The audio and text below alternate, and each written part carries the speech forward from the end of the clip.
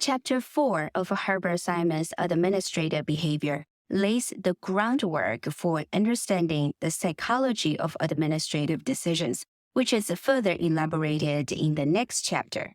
In Chapter 4, Simon elaborated on the concept of rationality in decision-making in organizations. He defined rationality as the process of selecting the most preferred alternative actions based on a value system that allows for the evaluation of the consequences of different behaviors. For example, school administrators were faced with the decision of how to continue education during the COVID-19 pandemic. The primary alternatives were to either continue in-person classes or to shift to online learning. This decision had to be made in the context of the school's value systems, which included health and safety of students and faculty, and students' educational effectiveness. Rationality in this decision-making process means evaluating different alternatives based on potential consequences. In choosing to transition to online learning, administrators made a decision that best aligned with their value systems under the circumstances, prioritizing health and safety while attempting to maintain educational standards. In Chapter 4 of Herbert Simon's book, he explained administrative decisions by using 3 key elements. First, he discussed means and ends. This is like having a goal, the end, and figuring out the best way, the means to get there. There is a hierarchy of ends. It's like a ladder of goals where achieving one goal can lead to another, higher level goal. For example, a school may have an immediate goal of improving test scores, which is an end, but this is just one step in the larger goal of enhancing overall educational quality, a higher level end. Each goal in the hierarchy is a means to achieve the next, creating a chain of interconnected objectives. This hierarchy of ends adds depth to our understanding of administrative decisions. They are not only about achieving a single goal, but also about how that goal fits into a bigger picture and what other goals it connects to. The second element of rationality in decision-making is about alternatives and consequences, which is about looking at different choices and what could happen with each one. And the third element is about values and possibility. In this video, I'll explore group behavior discussed in Chapter 4. Imagine a team working on a project in an organization. Often, decisions are not made by just one person, but by the whole group. Traditional leadership theories usually focus on what one leader does, but they don't always consider how the whole group interacts. For example, leaders often emphasize teamwork, right? But teamwork can be very unstable and prone to fall apart.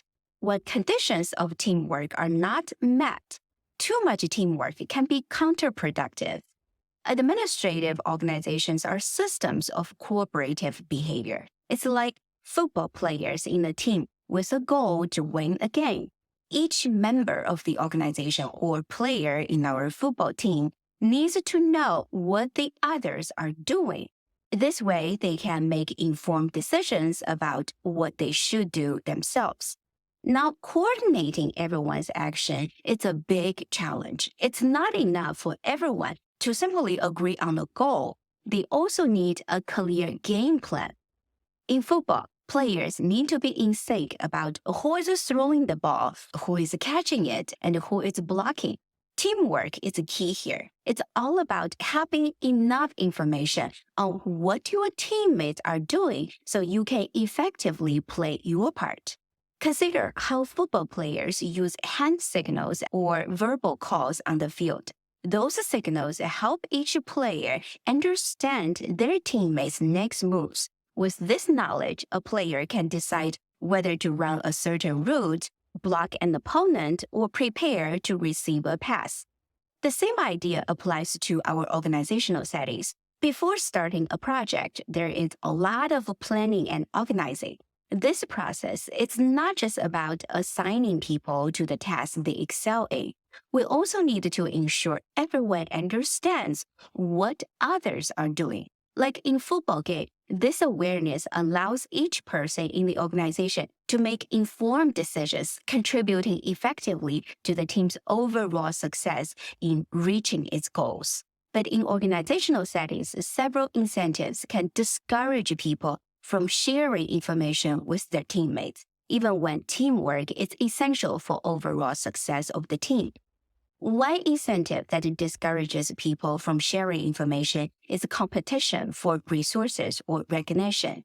In many organizations, individuals or teams compete for limited resources, such as funding, personnel, or even recognition and promotions.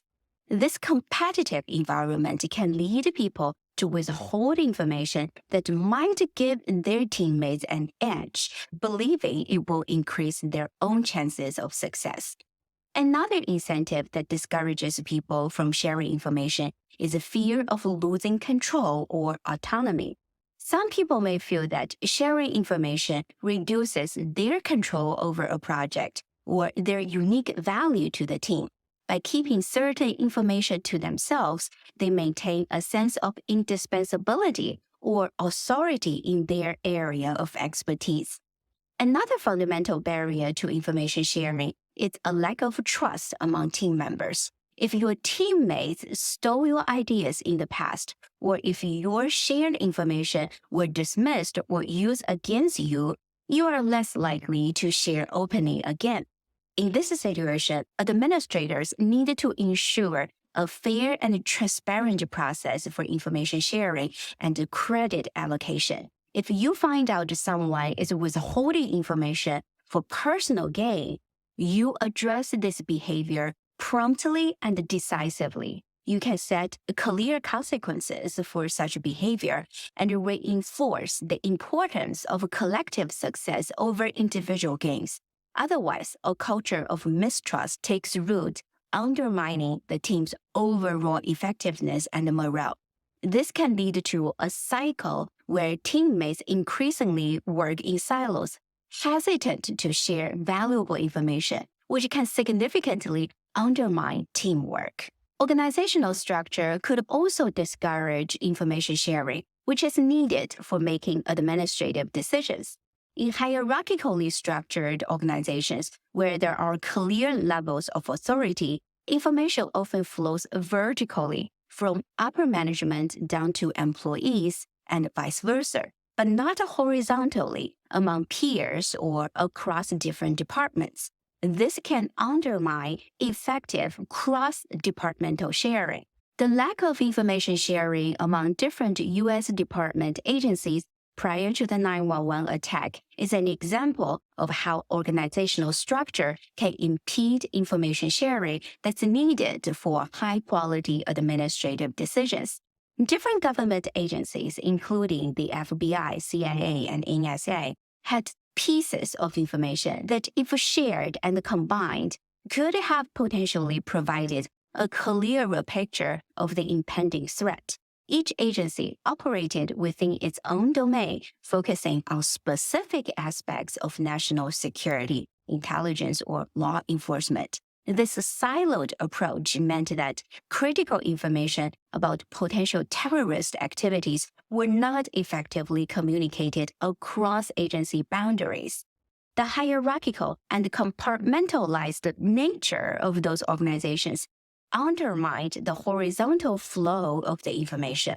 Here I introduced the 4 barriers that discourage people from sharing information with their teammates, which undermines teamwork and administrative decisions. As leaders, it's important to recognize and address those barriers to create a collaborative environment. By actively working to dismantle those barriers, leaders can enhance information sharing, improve teamwork, and ultimately make more effective administrative decisions. Your proactive approach can transform the organizational culture into one where shared information and cooperation are integral to the success of the team and the organization as a whole. At the end of Chapter 4, Herbert Simon brings up an interesting point about motivation and emotion in decision-making. Emotions are not at odds with reason. In fact, they are a powerful source of motivation, guiding us towards specific goals. And the essence of leadership is to motivate a group of people to achieve a common goal. Emotions do not always cloud our judgment. Instead, they can be a helpful motivator. Speaking of emotions in decision making, I've actually explored this topic in depth. I published an article titled, What is the Role of Emotion in Educational Leaders' Decision Making? Proposing an Organizing Framework. This paper was published in Educational Administrative Quarterly in 2021. If you are curious about the intersection of emotions and leaders' decision making, definitely give my article a read for a deeper understanding.